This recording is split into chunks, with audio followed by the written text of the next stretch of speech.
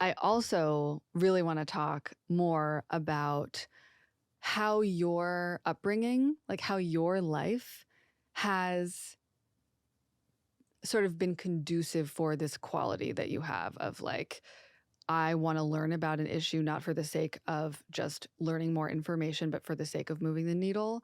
And I want to be writing about it. And I want to be connecting with all these different stakeholders and being able to like extrapolate this answer for people and keep like the truth going so that we can fight these issues. Like, can you tell us a little bit more about your upbringing? I know you have kind of a unique upbringing and sort of the experiences in your life that might have inspired your current work.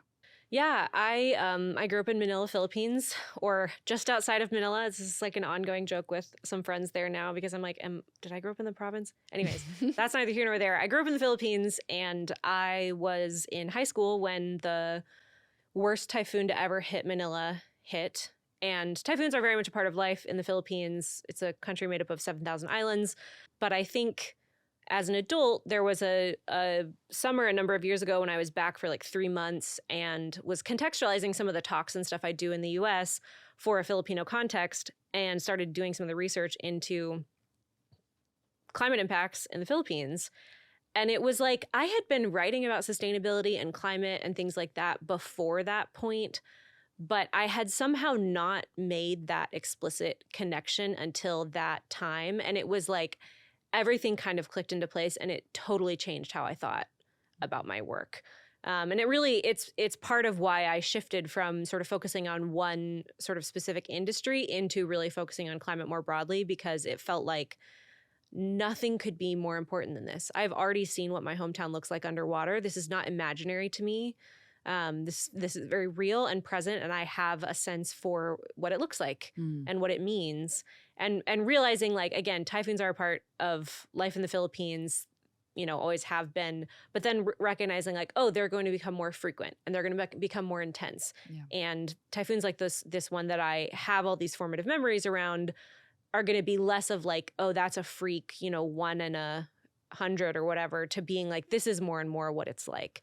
Yeah. So I think for me, the sort of gift of having grown up where I grew up is part of it. And then the other part is like, I'm an American citizen. I vote in the US. Like, I feel the sort of enormous privilege and weight of that, and of having access to the sort of forms of power that come with being an American.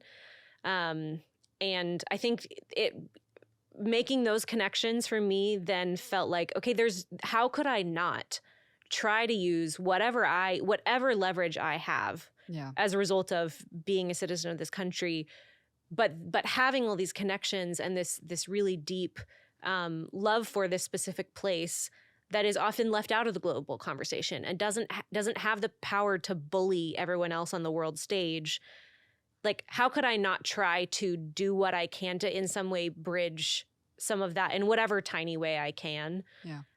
So, you know, it's, again, I think a lot of action arises for people out of love.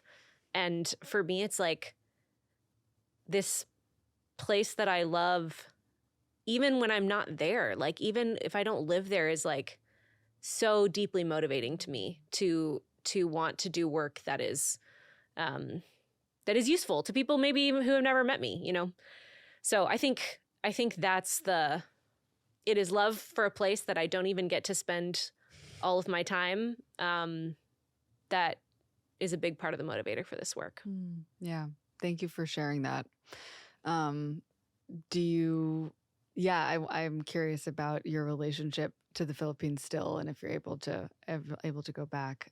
Yeah, I mean, I just got to be there for 2 months last year as part of a reporting fellowship I was doing with Solutions Journalism Network. Yes, so tell us more. Yeah, so I was part of their sort of like inaugural cohort of climate solutions fellows, and I was really drawn to the climate solutions, or to the solutions journalism framework, because it's not about being like, we're just going to talk about the nice, good news. Like, it's all about having good news. It's less of that and more recognizing like there are solutions happening. And if you only ever bombard people with news of like, there's another fire, there's another flood, there's another terrible thing, like people shut down and they just stop reading. Totally. Like, it's not even like, oh, I don't want to depress people. It's like strategically, I want people to stay engaged. Yes. And thinking about their role and their connection to the climate story.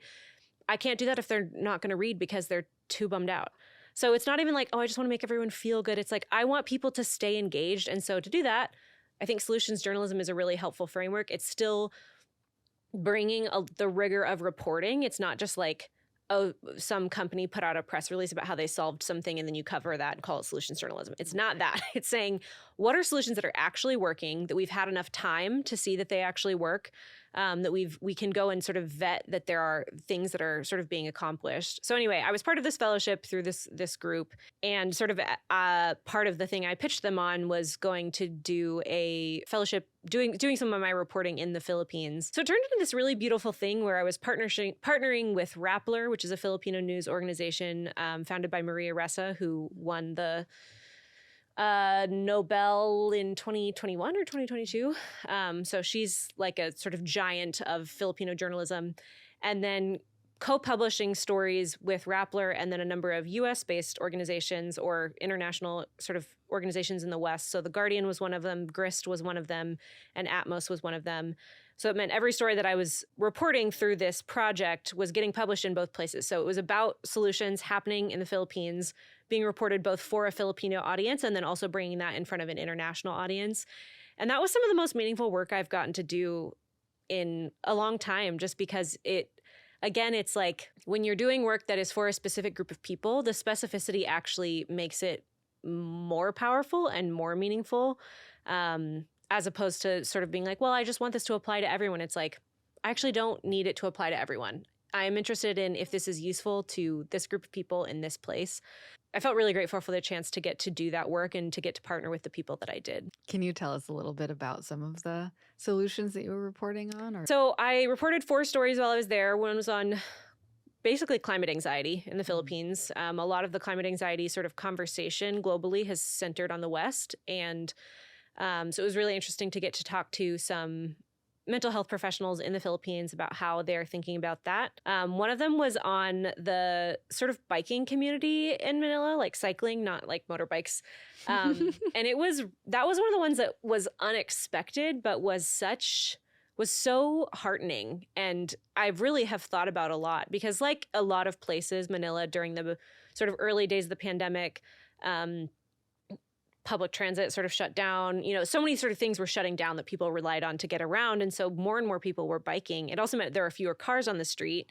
And so for some people, it was like the first time they'd ever felt safe biking in Manila. So this kind of very cool community of people who became really passionate about this rose up during that time of the pandemic. But then now car traffic is really bouncing back there. And Manila has some of the worst car traffic like in the world. Like it's sort of notorious. So seeing how this group of people is advocating for safe bike lanes, for just sort of their right to exist as people on bikes and to sort of be respected and, safe bike parking and all of these things was really cool because it's just people trying to get where they need to go. Like it's not like these really specialized, again, it's not people being like, I'm trying to solve the climate crisis. But it's people who are having that impact of like lowering pollution in their city, helping themselves be healthy. Yeah. It's like decarbonizing transit just by using the bike to get places. So that was another one that I really enjoyed getting to report on. And then there was one on veganizing Filipino food, which is something that I did not really think was possible. I have to admit, when I had a friend tell me that they were going vegetarian or vegan a number of years ago, I was kind of like, how are you going to do that in the Philippines and like actually eat Filipino food? Because Filipino food is pretty notorious for having a lot of animal products. So it was really interesting to talk to a number of Filipino chefs who are finding ways to make really delicious food without meat. Wow. And then the last one was on basically community composting and informal waste infrastructure that this group in Manila had set up. And then this relationship they developed with a community in Detroit that's been fighting incinerators in sort of their own community and looking at how these groups of people sort of on opposite sides of the globe are teaching each other and learning from each other about what it means to sort of fight pollution and waste in their own communities, which I thought was a really beautiful sort of global connection. Yeah. That's awesome. Thank you for sharing that. I'm so excited to read those stories. And I know that folks who are listening are also. I have a question about like finding your journalistic voice, finding your writing voice. You wrote so many articles like last year in 2023 across so many different topics, all under climate, but like how do you find your voice? Like how have you kind of grounded your authority as a journalist? We've sort of touched on this already. But for such vital issues, like how has that evolved over time as you've grown into your skill? I think one of the things that I feel grateful for is that it's actually like, in some ways, it's not about my authority. Like it's about the rigor of the journalism. So I don't actually have to be an expert on a given thing. I don't have to be the smartest person about a given thing. I have to go find the person who's the smartest. And that's the fun thing. I get to be like, call up the world's leading expert on whatever and be like, hi, can you explain this thing to me like I'm a 5-year-old? It's for my readers. It's not because I don't understand. Right. But really, it genuinely is, I think, such a gift that it's not like I don't have to be the genius. I get to talk to all of these people whose voices I think, more of the public should be hearing from. So I think that's part of it is like, it's really about the rigor of the journalism more than it is about like me as a person. Like I don't have to like be the personality.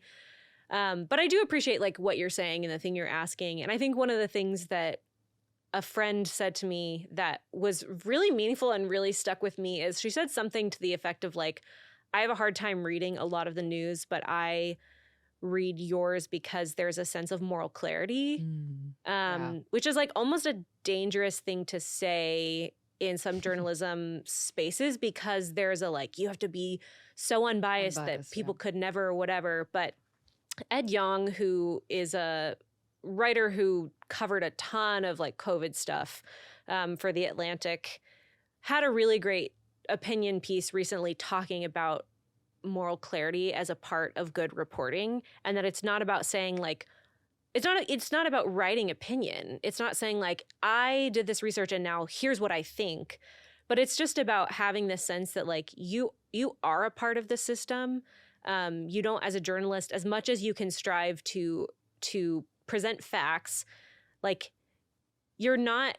You are a part of the system and you are part of the world. Yeah. And I think I can't put it as well as he did, but I think that is another thing that I have tried to find the balance between being like, I'm a reporter, I'm not an opinion columnist. And I don't, frankly, at this point in my life want to be. I mean, maybe someday, but that's just I'm not interested in my own opinions that much. I am more interested in finding the experts. But to be able to do reporting with moral clarity and with moral courage that says there are things that are worth covering, that even if it's scary to cover, or even if this is, covering this means XYZ for what future jobs you can and can't get, that like if it's worth covering, if it's important to cover, we cover it. And that's some of what I think I'm trying to sort of hold both of those things of being like, I'm a reporter, I'm trying to present the facts. I'm also trying to have a sense of moral clarity and moral courage in the way that I approach reporting. Yeah. I am putting myself in your shoes. And first of all, I have so much respect for you. And secondly, I also am so curious how your brain doesn't like explode with all this information. Who said it doesn't? Right. So like, does it? And so like, do you go to bed every night just being like, da, da, da, da, da, da, and the like interwoven web of like the world's climate issues is just like bouncing around in your brain? Or is it more chill? Like, what is your process and how do you handle knowing so much?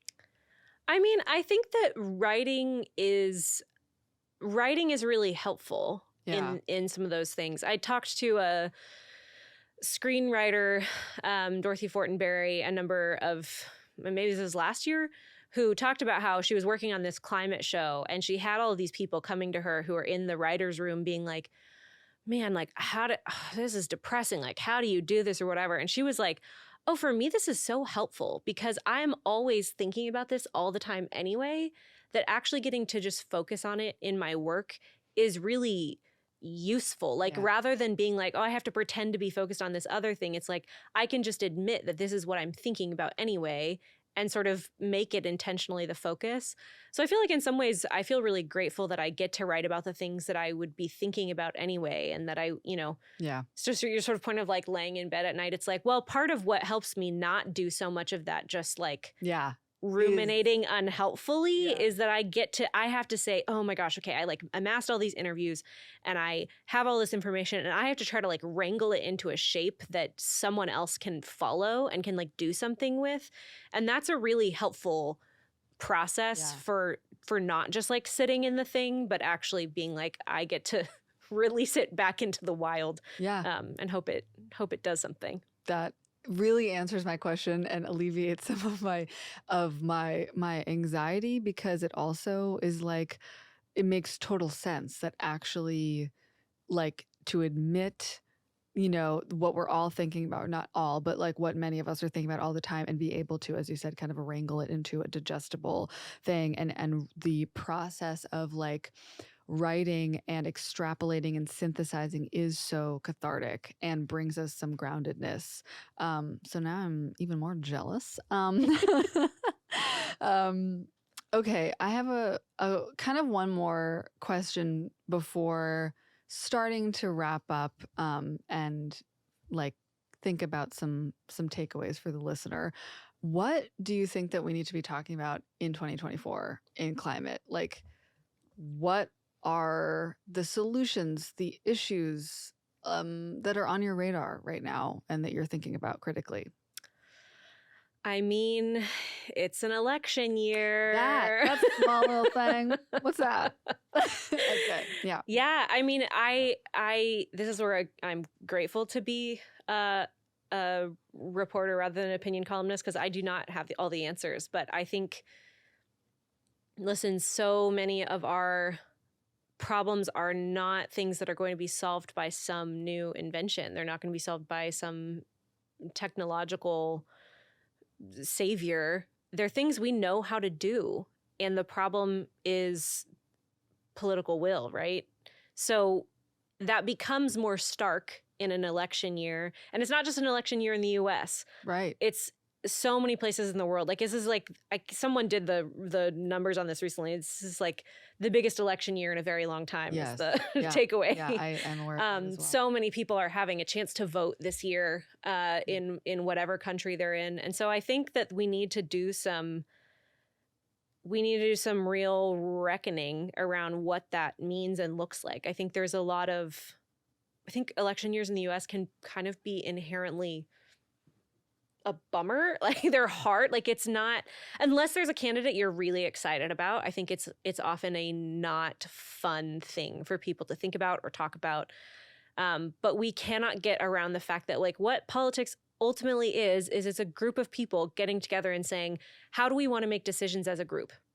Right. That's what it is. So for people to figure out, like, do you care about climate change? Okay, what is the group you are a part of? What are the decisions being made? And are you being a part of that process or not? And if you're not a part of that process, you're not willing to engage that process, those decisions are still being made, So I don't know. Again, I'm really interested to sort of see what shakes out in a bunch of different spaces, from local to federal, and then globally, like what's going to happen in a number of parts of the world. Yeah. But I think that's one of the things I'm paying attention to and interested in, is especially from the climate movement, like what the strategy is going to be to move towards climate action in the face of our current political realities. Same. Well, I'm very excited to read what you have to write about this. So thank you, Whitney, for existing. Okay, so I have I will just ask first, what, like, this has been such a great conversation. There's so much to continue to like synthesize, and I wish we could continue it, but what do you have to say for the folks who are listening, kind of wondering, like, no matter if they are interested in the journalistic route or communicating or more broadly just bridging silos as you do, what piece of advice do you have? Is there, a little mantra that you kind of boiled down along your journey, or, just a mindset that folks can take with them? I think one of the things that I keep repeating to people over and over for the last year or so is you have more power than you think. You, audience member, you have more power than you think. One of the strange things about being in journalism is I get access to a lot of people in a lot of places of power that I do not have. People with a lot of access to political power or to wealth or to whatever. And it has been really fascinating to me over the years to meet someone who will have a huge platform. Let's say there's 2 or 3 million people who pay attention to their every move, or someone who has $1 billion or more dollars. These are literal conversations I've had with billionaires. And they will still come back with some version of, well, there's just not that much I can do about climate change in this case, or whatever the case is, war, or this environmental injustice, or that environmental injustice. Yeah. And to realize that the people that society looks to and says, like, you have so much power, that those people themselves often still have a narrative to themselves that, like, well, I'm doing what I can. Just one person. This is $1 billion. But it's like, it's easy to sort of poke fun at. But the truth is, I think so many of us have some version of that. Because we can always look at someone who's like a little up and to the right and has like, oh, they have like a little bit more power than me. Yep. And feel like, well, there's just not that much I can do. And this is why I talk about American citizens a lot too, where if you live in this country and you are a citizen of this country, like, there are specific powers that you have that for you to be flippant about in some ways feels insulting disrespectful to other people in other parts of the world. Yes. Or and then I think who don't have citizenship. Yeah. And I think there's a degree to which whatever that is, whether it's like the place that the sort of place that you have citizenship in, or it's the place that you work, or it's the amount of money that you have, or it's the leisure time that you have on the weekends, like, there's probably some area of your life where you have power that you are not fully like owning or accepting. And we need you to use your power for the climate. Yeah, we need your privilege, your power. Like, and that's not a like shamey, like, oh, you have privilege and whatever. It's like, please, like, there's so many people who I think really care and are really would be really aligned in terms of values of being like, we want to see a world without war. We want to see a world where we're actively addressing climate change. We want to see a world where X, Y, Z, but don't feel empowered. I hate that word, but this is what we're talking about, to do the thing. And that's where I just want to say, like, you have more power than you think. Figure out how to tap into it. That's probably going to mean connecting with community, find communities that are already working on it, and then figure out what you can do. Yes. Awkward. I have one more question. I'm ready. Hit me. Just like what's in store for Whitney? What, like, long-term, like, visions and excitements and dreams? What's on your radar for that? It could be any time scale. You could, it could be like 20 years, 50 years, 2 years. Wow. I give you the creative license to. Gosh, that's a great question. I mean, that's a big question. I don't know. The things that are exciting to me right now are truly mushrooms.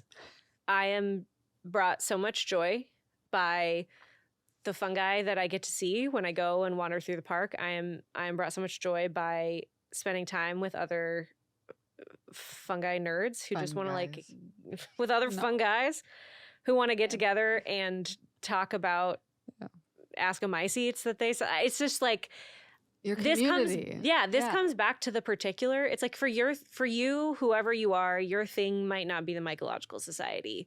It might not be journalism, but, like, find the communities where you are and find the thing that you can do with your skill set and your life and the margin that you have. Like, the thing that brings me the most joy right now is the Mycological Society, and I'm so grateful for it. So I'm looking forward to going on some mushroom walks this year. I'm so excited for you. Thank you. I'm so excited for you. Yes, like, joy, striving for joy and community, small wins. You have more power than you think. Thank you, Whitney. All of it. Thank you for being vulnerable and for just, like, sharing all of what you shared. Thank you for your work. It's going to be really exciting to just keep following along. Listener, if you aren't aware of Whitney's incredible work, now you are. We'll put all of your info, all of your socials in the podcast description. But thank you for being such a critical resource in this movement. Thanks so much for having me. It's been a real pleasure. Awesome. Okay, well, bye. Enjoy your mycological journey. I'm gonna go look at some mushrooms now. Okay. Your earrings are inspiring me. Thank you.